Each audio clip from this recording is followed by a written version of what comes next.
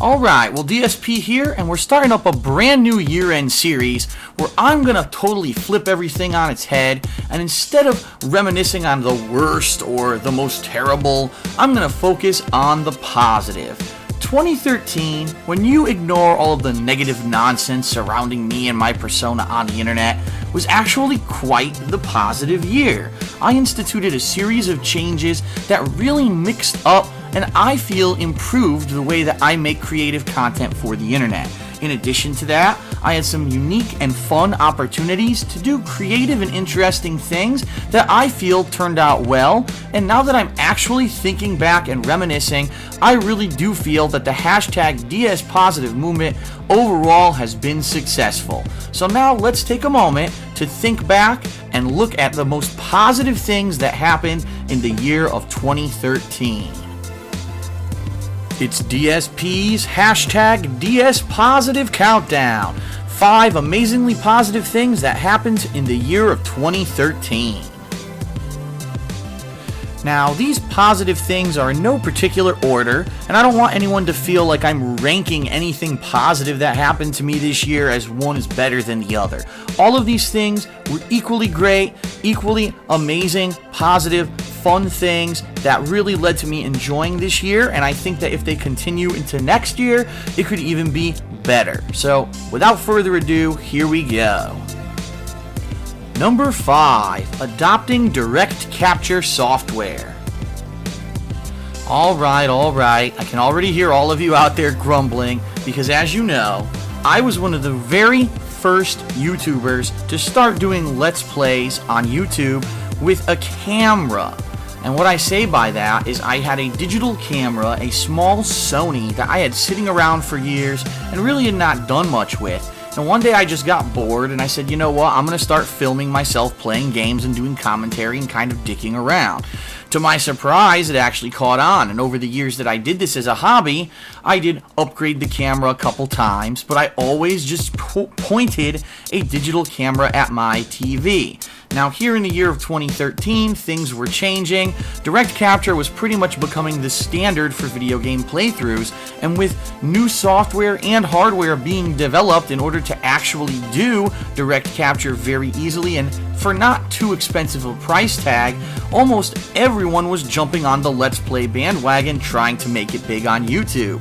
Well, here I was, kind of behind the times, a person who had not adapted, had not done direct capture, and quite honestly, earlier this year I was totally against it, simply because I knew that I do all of my gaming in my living room, and that doing direct capture was going to mean sacrifices, as in using a headset instead of using my surround sound system, having to run cords across my living room floor, and just basically having a huge mess of wires everywhere because I don't have a nice formal office setting in order to do my work.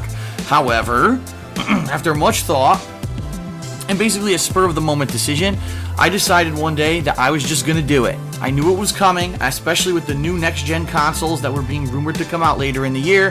People were just not going to accept a camera pointed at a TV doing gameplay anymore. And rather than watch my viewership slowly diminish and decline and vanish, I knew I had to adapt with the times. So one day I grabbed John Rambo, we ran off to Best Buy, we bought an HD PVR 2, came back home, downloaded XSplit, and the rest is history. Now, there's just so many positive things that have come out of my adapting direct capture. Number 1, let's face it, the overall quality of my videos visually is stunningly better than it used to be. No longer do I have horrible problems with contrast when things go from light to dark or dark to light.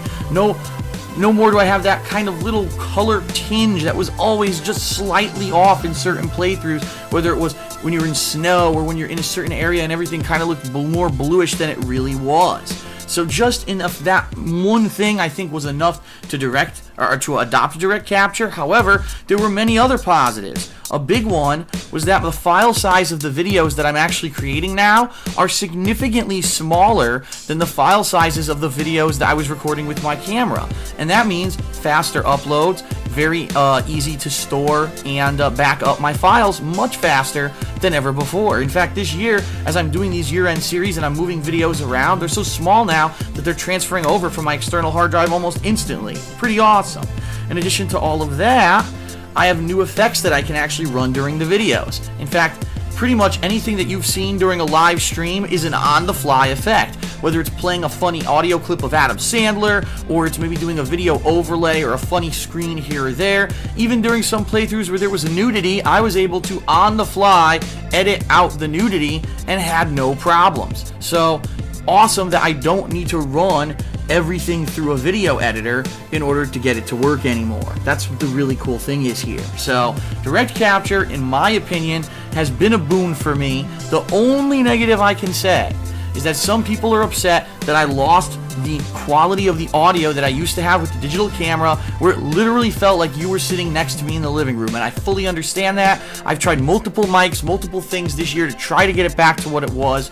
Nothing is really going to ever match that quality, and I apologize for that, but the jump and the amazing amount of visual improvements that I've had from adopting direct capture, I feel far outweigh the negative benefits.